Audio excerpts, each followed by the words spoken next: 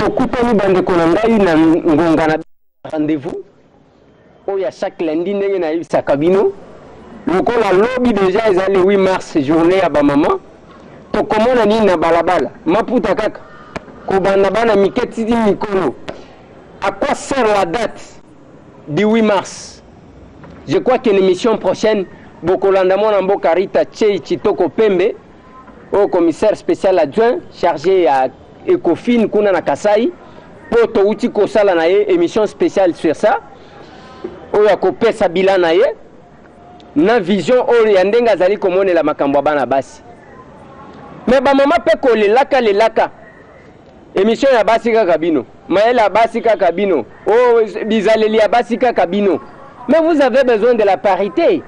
Maintenant vous salaka biloko etali kaka bino, c'est une discrimination aussi.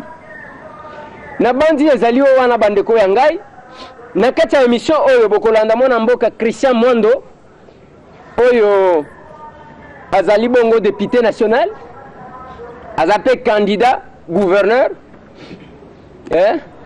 bokolanda ye tokobeta ne masolo ya d'actualité.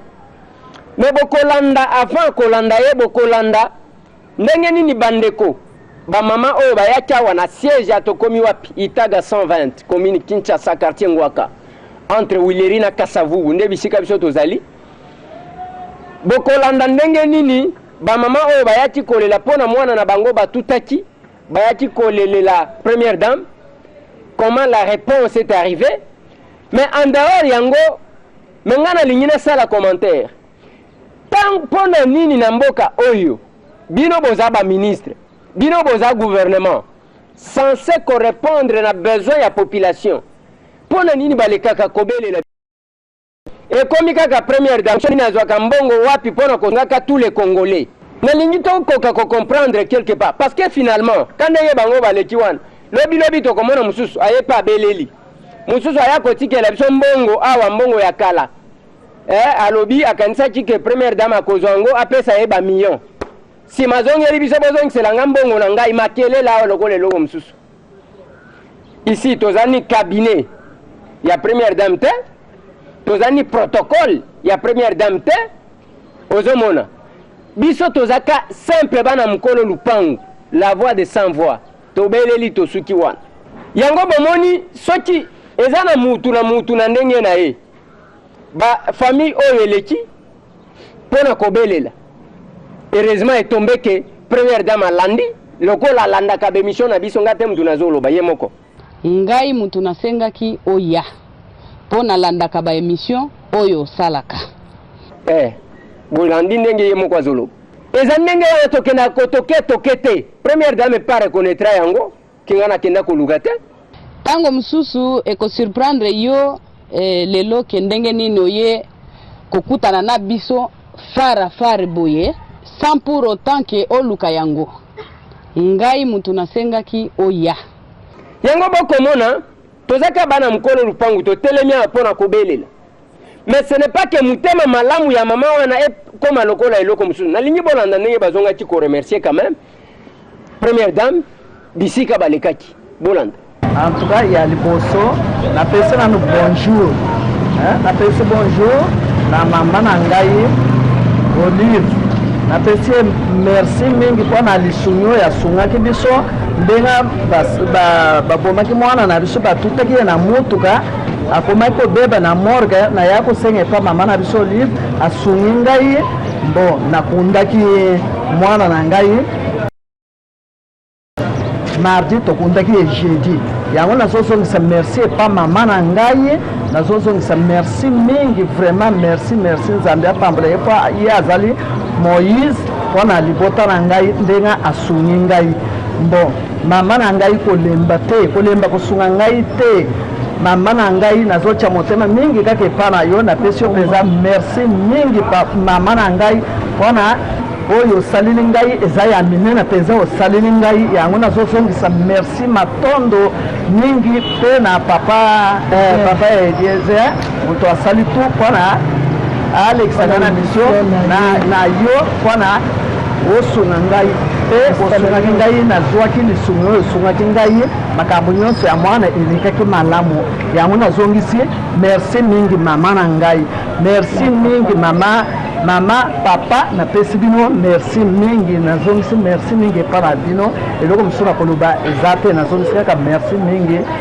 ya kobakisa ezali eza kete ndenge toka uti oloba awa kete tozali na mosuni yango kosinga biso te mama olive eza nzambe na biso na miniti oyo asungaki biso mpona leki na ngai bakunda ye oyo ezalaki ndenge ebele na kati ya moki moto akosunga biso azalaki te yake bato take na mutuka moto akite mutuka akimi na mutuka ekitimi mwaya balandela makambo wana eza te donc ikoto wana eloko moko te mwaya balandela makambo biso eza te bakeleke biso na parti ya bato kuna mwaya tosaikotomo eza te yango tosenga merci mingi epa mama ndenge asungi biso na likambo oyo mineyebi biso pa tozalaki entre le marteau elangi yango topesi merci mingi na mama olive oyo asungi biso akotina kosunga kaka bato boye nzambe akokanisa ye puisque merci na ndeko désert oyo atie émission oyo atokini wapi tosala tete bamona biso mama po asunga biso tosengi nzambe abakisi mpe ya ebele na mokili na ye avanda aumela na ye na mosala na ye po nzambe asunge makasi.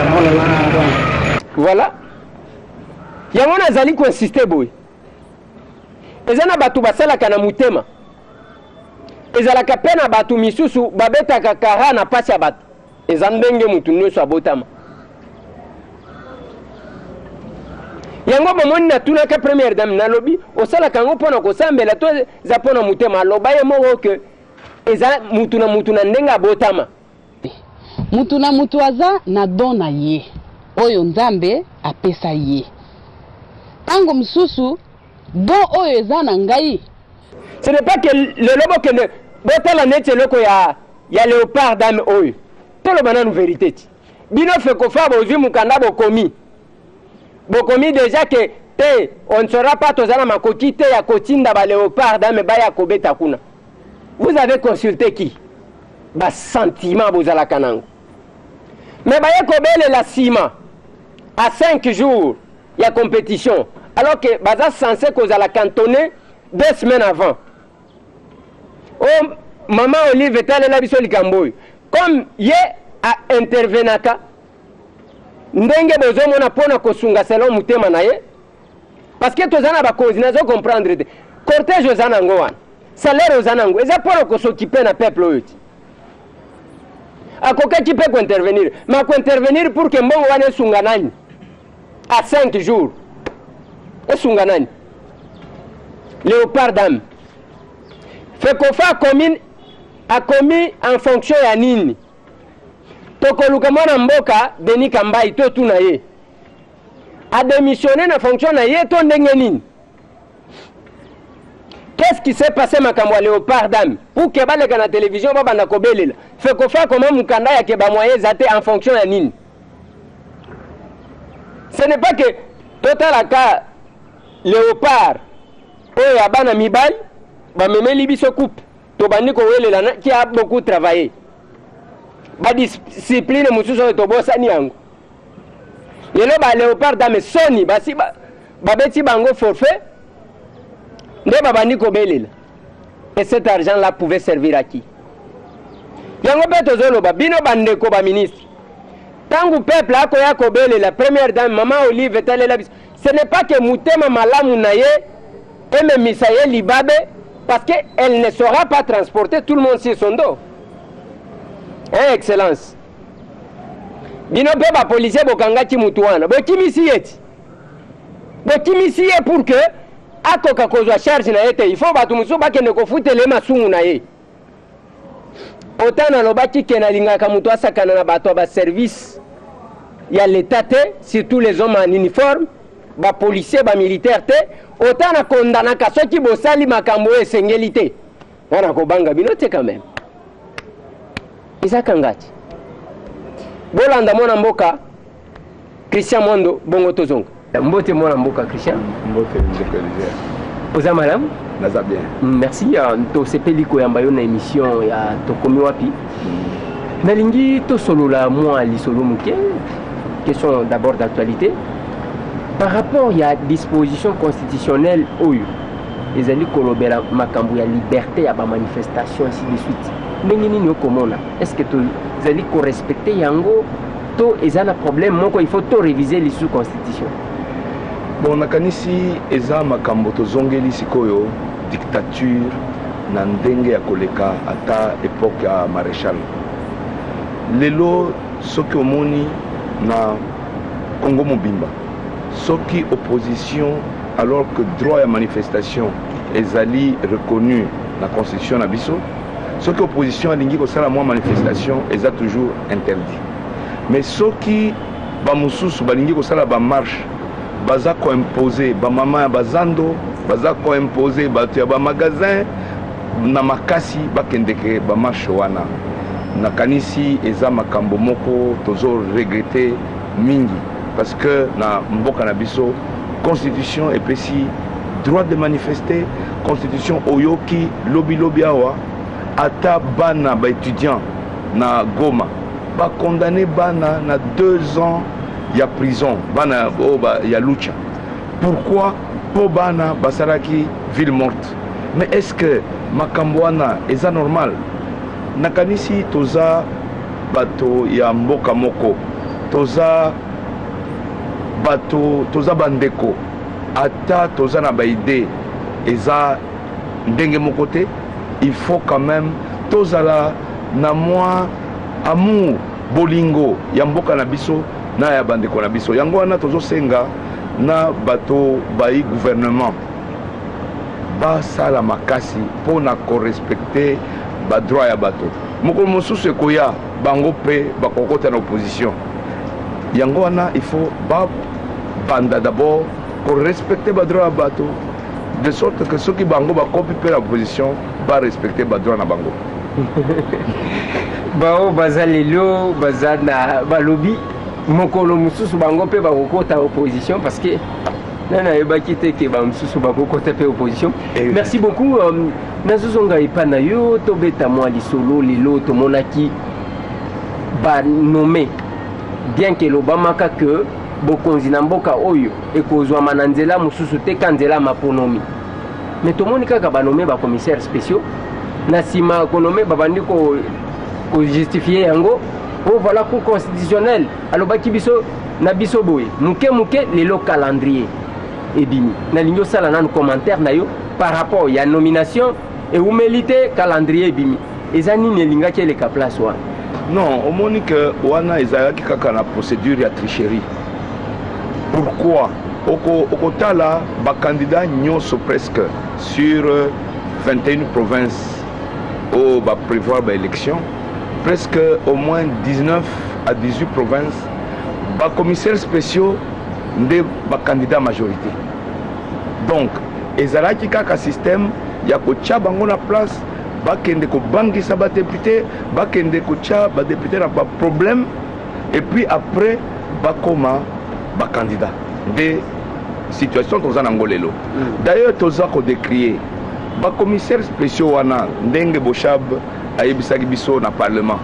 Ayebisaki biso que baza ba haut fonctionnaire ya gouvernement.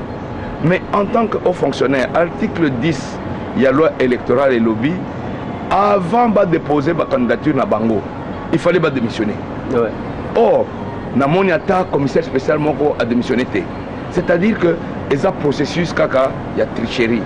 Nani akukaki kukanisa que na mboko tokozongela lisusu makambo ba commissaire. Mais tozongela kiango.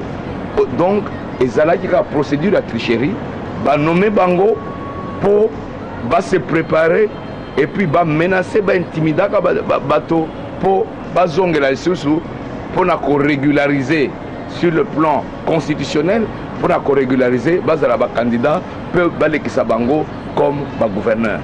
Normalement to sengi selon loi nabiso, selon loi électorale, bazala sérieux batouana ba démissionner avant élection.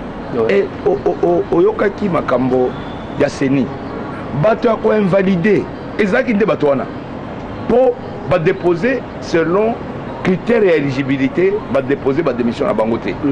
Va démissionner en tant que haut fonctionnaire. Oui. Avant qu'il va se présenter. Va se présenter comme candidat gouverneur. Mais va candidat. Mais va démissionner.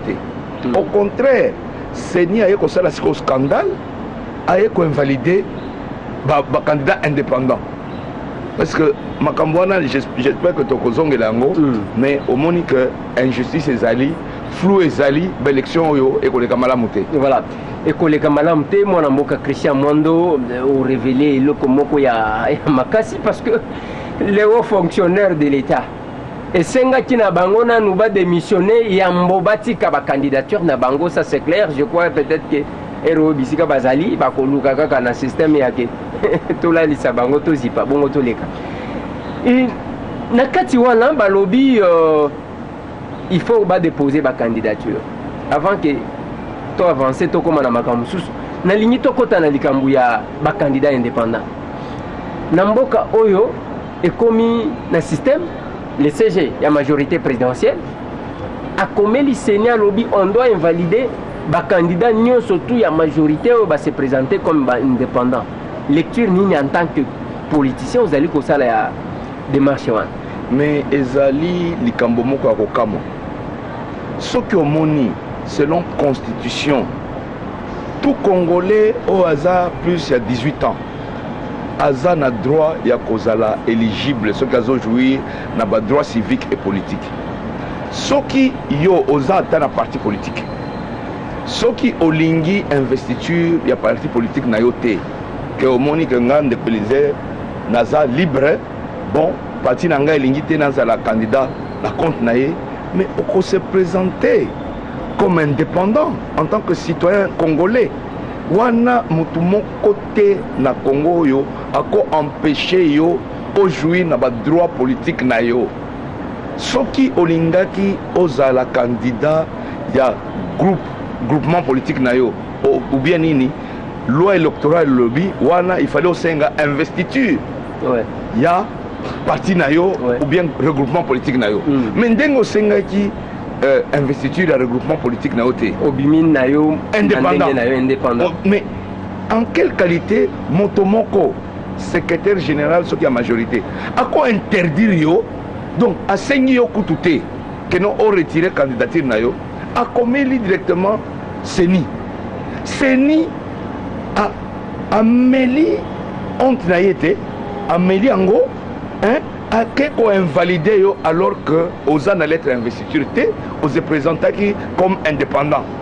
Mais deuxième chose tala kaka complicité ya Seni mais majorité eye koyeba ndenge nini que yo oza candidat parce que liste provisoire eza publié nanu te mais bake kokota na secret ya Seni ndenge nini mpona kobimisa liste ya bato nyonso baoyo baza ba candidat indépendant, c'est-à-dire Seni abimisaki secret avant à publier liste provisoire, c'est-à-dire que eza connivence complot entre Seni na majorité bobimisa bato oyo baza ba candidat indépendant basengaki autorisation ya parti na bango te basengaki investiture ya parti na bango te se présenter comme citoyen congolais avec droit d'éligibilité bakei na Seni déposer ba candidature avant liste provisoire et bima secrétaire général majorité a payé instruction na Seni liste de candidats à invalider a bimisi liste Seni et bimi avant de publier liste et bimisi bato soki Seni ezalaki correct soki elingaki ezwa place ya bacour na ba tribunaux c'est-à-dire Seni il fallait bengisa secrétaire général à la majorité et bengisa ba candidat bakomi ko débattre parce que yo otuninga fiche d'adhésion te otuni carte nanga te osali donc loi permet yo kututé mais yo moko okei obimisi nga na liste o invalide ngai mais c'est extrêmement grave.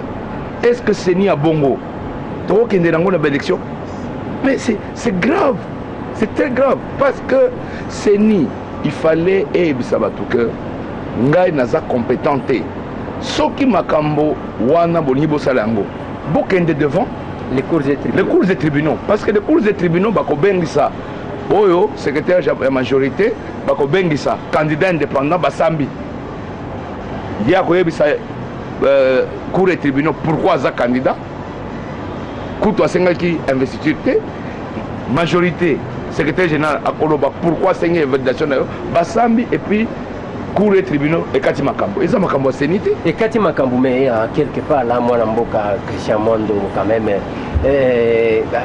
CG à majorité, à Monique, bana mai babani ko bimaboy na fraude ndenge nini biso to na famille moko ceux qui ont une ambition ya kotika ngona kati ya famille yo bimi na ndenge na yo ils ont quand même désobéissance mais non fallait frapper. Est-ce que CENI a commis commission de discipline à majorité présidentielle? CENI, mais CENI est une commission indépendante majorité présidentielle c'est allé la commission de discipline na kati yango c'est que majorité présidentielle il fallait convoquer bananae Basamba à l'intérieur de la majorité. Et c'est là qui Makambo a sénité pour Séni a tranché Makambo interne à parti politique. D'autant plus que Batouana, Séni a censé comment voyez que Moutoyo a tel parti politique, a tel parti politique, a membre de la majorité. Et telle sénité. À partir du moment que Moutouana a eu un candidat à investiture à parti politique ou bien regroupement politique, et Séni a eu Makamboana, c'est-à-dire Dengolobi et Zalaki problème interne au sein de la majorité.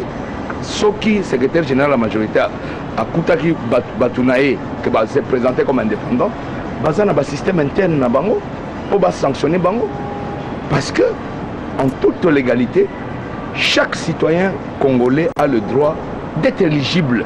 Ce qui n'a pas parti politique, ce qui n'a lingi n'a se présenté sous couleur à parti politique nangai n'a pas une lettre d'investiture et le parti est signé donc n'a accueilli au nom à parti nangai ce qui parti est monique n'a pas chance de parti n'a pas sa parti nangai bon n'a comme indépendant and wana c'est ni encore côté la makambo wana te donc ezali likambo moko ya munene ezali bazo lukande mitu ya bato ba éviter nde makambo neti ya Congo central ya ba Jacques Mbadou na ba ndeko oyo azaki na province orientale nde ba éviter que bamanisa yake moto beti bango chobo ya leki mais omoni donc ndenge olobi wana olakisi vraiment que tout oyo eza tricherie.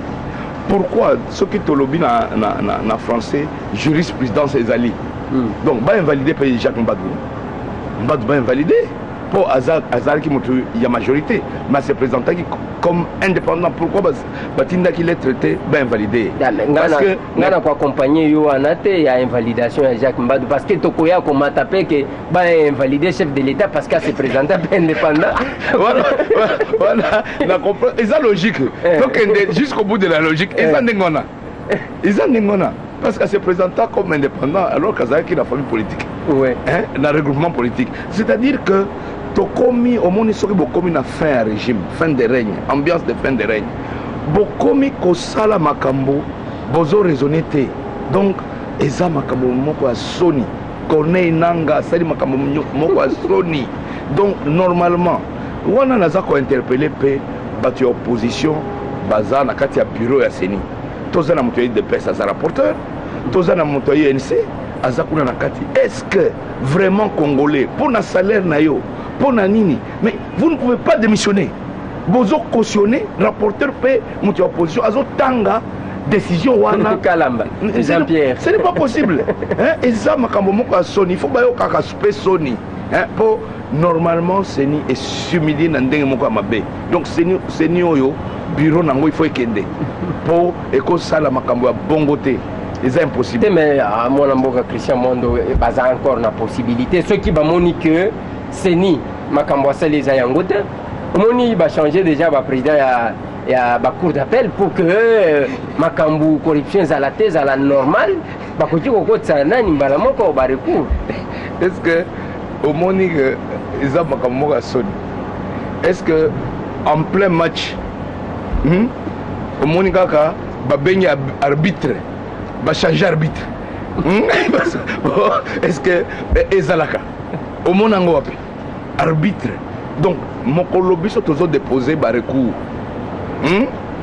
parce que par recours il faut tout déposer en haut dans la cour d'appel mon colobo il y a déposer par recours pour changer le président de la cour d'appel mais c'est-à-dire que vous en êtes sous nationalité mais vous êtes très dangereux ok batia ba o baza bazali sous familiarisé na bande comme souté ils ont raison non et baza familiarisé donc au moins baza familiarisé na bango c'est-à-dire baza familiarisé na batu musuté mais baza la familiarisé na bango pour bozui bo changer arbitre en plein match c'est-à-dire moko la ko déposer ba recours bo changer ba arbitre tout mais ce n'est pas possible nulle part au monde.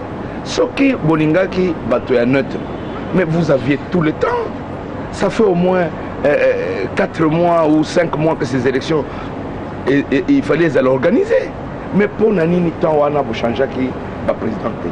Le jour du dépôt des recours, vous changez le président de sa cour d'appel. Mais vous changez ceux qui peut-être à Béli, en plein match, à Béli. Est-ce que le président de la cour d'appel va Bélaki? Mais ce n'est pas possible, c'est-à-dire que dans un système moko, il faut tout interpeller Baninga. Ce n'est pas comme ça. Batouba apprendre qu'on se gêner. Moi, moké. Au moni, ce que vous avez en à se gêner à côté. Hein? Moutoua c'est très dangereux. Parce que, à cause de l'homme, parce que, qu'on se gêner dans l'éducation, les airs sont dans la salle, ils ont hein? Donc, il faut permettre un gars de se comporter comme moto. Mais ce qui est aussi gênant, donc aux hommes, hein? Balobaka, Bamama, dit yo, aux autres tambours, la moto zanga soni. Hein? Aux moto zanga sonité. Moto zanga sonité, à tiki qui moutunaït. Donc, des bateaux, comme na bango, c'était ma majorité. Donc, Basila Soni. Basila Soni. Vous changez président cour d'appel. Donc, d'abord, vous avez ordre. Va invalider le candidat indépendant. Tozo Milo Bakeno, et c'est impossible quand même normalement. Bon, Saliango et Salami. De deux, Bazolo, Toyo, Soudan, Bozo changer le président de la cour d'appel. Pour vous payer ça, vous instruction que à ta recours, mon cours que vous allez ressusciter. De non, quand même, pas Saliango. C'est que Toza na batumo bazanga soni bakomi dangereux. Bon, il y a Souka, moi, Namboka Christian Mondo, il y a un problème, il y a toujours l'élection, il y a un gouverneur, invalidation, il y a une candidature, mais toujours il y a une légitimité, il y a les électeurs. Est-ce que tant que les Congolais qui causent la question, le caution ici et quota, il y a des députés provinciaux, tant que les députés provinciaux, il y a des mafuta. Il y a des gouverneurs, mais il y a des kala. Batouana bakoza la légitimité na bango kozala ndenge nini vis-à-vis ya peuple et puis na oyo bakosala eske na ndenge ya loi d'abord eza malamu na ndenge ya politique vis-à-vis ya peuple conséquences ces années. Non, je pense wana ezali occasion to condamner d'abord président de la République. Au président de la République azan garant ya constitution. C'est-à-dire il fallait à ça là mécanisme nyoso pour l'élection, il y a des députés provinciaux, il y a élection, il y a des sénateurs et Salem. Mais et salemité. Depuis avril, il y a l'année passée, il y a caution, mais ezali système complot et salemi pour embrouiller la situation de sorte que l'élection ne soit zalatée. Pourquoi? Rappelez que en février 2015, Abbé Malumalu a fait une publication du calendrier global jusqu'à novembre 2016, élection présidentielle. Pour embrouiller la situation, Balobaki que non, calendrier va intégrer l'élection localité. Après échec, il y a changement, il y a loi électorale. Comme il faut intégrer l'élection locale. Intégrer l'élection locale, Tokomi, to déposer ma candidature à l'élection, il y a des députés provinciaux, précipiter découpage de la province. Pour l'élection, il y a des députés provinciaux, il fallait dans le mois d'octobre 2015, ça dit découpage, balobi, député bazonga dans la province, dans l'intérieur. Bazongi dans la province, et comme il est sous saigné comme il cour constitutionnelle. Bon, maintenant, tout ça, entre élection, il y a des députés provinciaux, na élection, il y a des gouverneurs. Cour constitutionnelle, il y a et profiter de la brèche et passer autorisation au gouvernement pour nommer des commissaires spéciaux à la place des gouverneurs. Mais c'est comme un monstre juridique. Va créer un monstre juridique. Mais quand ndenge indeli bango na parlement, c'est quoi Monique d'ici le 15 mars, parlement on est aux zonga les sous et ko inda. Donc va précipiter c'est quoi élection à gouverneur pour s'expliquer dans le parlement. Donc vous comprenez que normalement il fallait organiser simplement d'après ce qu'on avait dit dans le parlement qu'il fallait pas organiser élection, il y a députés provinciaux il fallait aller en octobre, comme ça en janvier passé directement Toningaki Tokota na élection à gouverneur élu par les députés provinciaux fraîchement élus. Ouais. Ce qui n'a pas été fait. Donc au moins que Eza complot bazo tchambo na confusion pour bloquer l'élection fin de fin, bloquer l'élection présidentielle. Eza complot bien organisé. Oui, complot bien organisé. Donc Ezande ba gouverneur bazo voter bango et pas bato parce que ezana bato peut-être mutu moko agera mandat na malamte akenda ka lisusu na base na été ainsi de suite mutu wana siko nebo lobby ya pona apone la bino ba gouverneur mais ba gouverneur ango soki na koji kozonga na intervention na yo ya liboso au lobby batinda ki ba commissaires spéciaux pour que au moins place ba wele la kamingi ndenge tozomona même na ambassade ya Chine oyo bakomi pe kotiesa bato mulongo bato bakobanda koya batinya ta chege moko na 4 heures 3 heures ake kanga place donc batinda ki ba commissaire spéciaux pour que bakende ko kanga place oyo akobima ba gouverneur oui exactement. Mais ba gouverneur wana parce que déjà ba dégâts et bandit par rapport ya makambu ya ba province oyo ba katikati na tu as pas problème ezali déjà ko se poser général moko azaki wa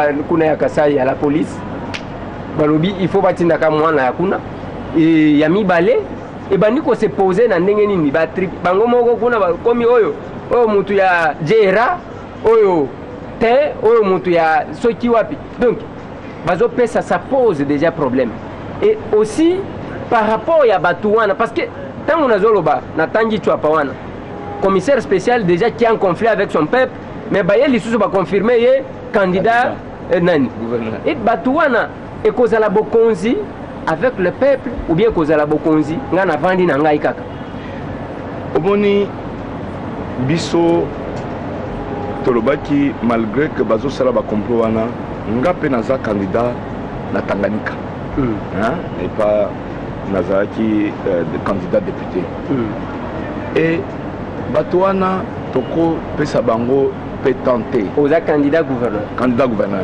Na minute au déposaki. Na déposaki.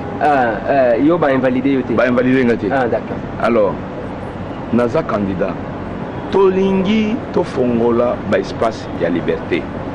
Yango wana ata ba député provinciaux bazali wana tozo ebisa bango. Soki tolingi mboka na biso et avancer. To sala makasi que Batouana Bachaki va imposer biso na makasi va voter bangote comme ça ce qui déjà la province tozui ba gouverneur oya solo o bako changer situation oyo bako senga na Kabila le 20 décembre à Kende ce qui toche na ba province 21 province toche bango wana je crois que tokozala na possibilité makambo kende un peu mbango mais soki bango basali mbeba babosani population je crois que mokolekoya population il faut sanctionner bango sensibilisation à nos salles et ça malam mais vote ya ba gouverneur na ba sénateur eza vote lokola ya ba député te oyo peuple yemo ko azopona oyo alingi eza suffrage indirect batu ba député provinciaux oyo nandenge basi ba panzaki ba province ba se retrouver sur la rue bazaki lisusu ko sala te bazo futa mate parce que ba yebi place à ko bandela te est-ce que baza mesure ya ko voter par conscience na bango ou bien voter par pression nazoloba pression koki kozala mbongo, pression koki kozala pe une pression politique. Est-ce que ozomona ke prendre vraiment conscience ya kosobe na fiske province na bango asika wana pona voter mutu capable ya kotombo la province? Je pense que pression pe ya population ezali na kati. Population ezoyebisa bango que tozotalela soki voter mutu oyo tolingi te o imposer bino, mais fin de fin biso nde souverain primaire ko sanctionner bino yango wana omoni que soki tozo insister mingi pour na respect ya constitution, c'est parce que élection suffrage universel présidentielle législative eza seul moment où oyo peuple et se réapproprier souveraineté naie et désigner bakonzi oyo bako diriger, parce que ceux qui vont organiser l'élection c'est que vont confisquer, voilà, il y a peuple. Donc tous en espoir peuple les autres bango pression que boye bela ceux qui bon ça dit ba choix mabé beaucoup ya et pas na biso et to sanctionner bien. Merci beaucoup. Est-il possible mon amboka Christian Mwando ya que makonomi et ça les manambula ndengo zo monela makao? Est-ce que c'est possible Jesus? Est-ce que question ana toko poser ango biso toyebi responsable garant la constitution azali devoir naé article 69 et précis à garantir bon fonctionnement de l'institution en république, à protéger constitution et PSA. Donc depuis 2011 garant la constitution a yebi que 2016 les élections comme ça. Ce qui a sali l'élection, c'est que ça veut dire que a sali nango expressement, c'est-à-dire qu'il faut akende. Donc alinga te mbuloyo il faut élection parce que c'est depuis 5 ans kayebi que en 2016 élection il faut exact. Akoyebi sabiso à ta raison mon côté. Il faut insister, on peut perdre peu qualité na ya député national wana on comme après chômeur. Parce que ceux qui élection salim, il peut y avoir mandat ici. Mandat ici, c'est-à-dire peuple ndé éco-jugé ngai. Ceux qui n'a salaki mabé, ceux qui n'a salaki incompétent. Mais c'est normal le peuple a sanctionné ngai. Mais ceux qui n'a peuple ayé bin dengue na sali et monique mutoyo a sali malam. Mais école conduire ngai. Donc nazo banga ngote. Boni Front citoyen na Katanga et zo tambola malam. Front citoyen na Katanga à partir en dehors de la coordination nationale na kanisi des fronts ya liboso na Katanga. Merci beaucoup, bien que kuna tozo que bozo vivre des états policiers na Katanga. Mais ba char de combat ils ont kotakaka ba tank ba munitions mais état policier mais toyebaka que biso nde bana mboko oyo soki tobangi toko vivre en esclavage, c'est-à-dire poto se libérer to tika kobanga. Donc ngana kobanga te pona mboka na ngai naza pe ata ya kokufa. Et voilà, ya biso suka kakana kotuna mituna wana tokosala boni kosenga nga plus te nalobaki ke plateau oyo tosala ngo pona batutu soki mutu aleki te etali yango tokozelaka bandeko babengaki ngai pas directeur de cabinet ya mwana mboka Sipilo Mboto, commissaire spécial ya Chwapa et candidat nayebi te soki nakoloba candidat sa propre succession te azoya ko succéder aza candidat commissaire spécial te aza candidat gouverneur na makambu oyo bazali ko accuser ye na ba discours oyo azali ko tenir. Quelle est l'interprétation, compréhension ya batu na eza ndenge nini? Tokozela bango tokopesa bino version ya bango. Mais sinon eloko ngana lobaki soki mokonzi akomi en sécurité pour na peuple na ça sert à quoi? Soki découpage yango bosenga ke komi yake bokomi lisusu na Chwapa wana ekomi oyo batu ya jera oyo batu ya wapi oyo komi discrimination entre bino ba discours oyo ezali ko susciter haine. Ça sert à quoi? On a le bâti même quand j'ai appris ma cambouille général Kalonji et bandaki déjà Kalati et bandaki déjà kala il faut mutu ya muluba te tozo kande kona biso ya on va y arriver même dans l'armée même dans la police faut ba konzi ba fongola misuti où est-ce que nous allons avec ces pays tokozongela ngo tokozela ba ya kopesa biso version de fait na bango oya commissaire spécial a komi lelo bakangi mutu qui l'entend dire kabana ye banani bazobeta bandeko na ye balingi même baboma on l'entend où dans un hôtel pour être un OPJ il y a quand même un serment prêté yango tokozela sans que tout ça là va commentaire il y a trop ba maman topesa bino bonne fête ango bozo sepela pona 1 mois sur 12 mais le 8 mars et pesa kabino maele nini et puis j'insiste nazolo baboye bino pe ba mama bosenga ka bana mibali mbongo te bosengi parité bokabela ka pe so balars bino wana kaka bino ne bosenga ka unité bino wana kaka bino ne bosenga to sombela bino ba chombo bino wana kaka ne bosenga to sombela bino bière bino wana kaka ne bosenga ka biso to sombela bino kabelo siko parité ngo ya nini bino pe bana mibali bobima bazoba ko bashina kabino tozana kata parité moko pe shina iti benda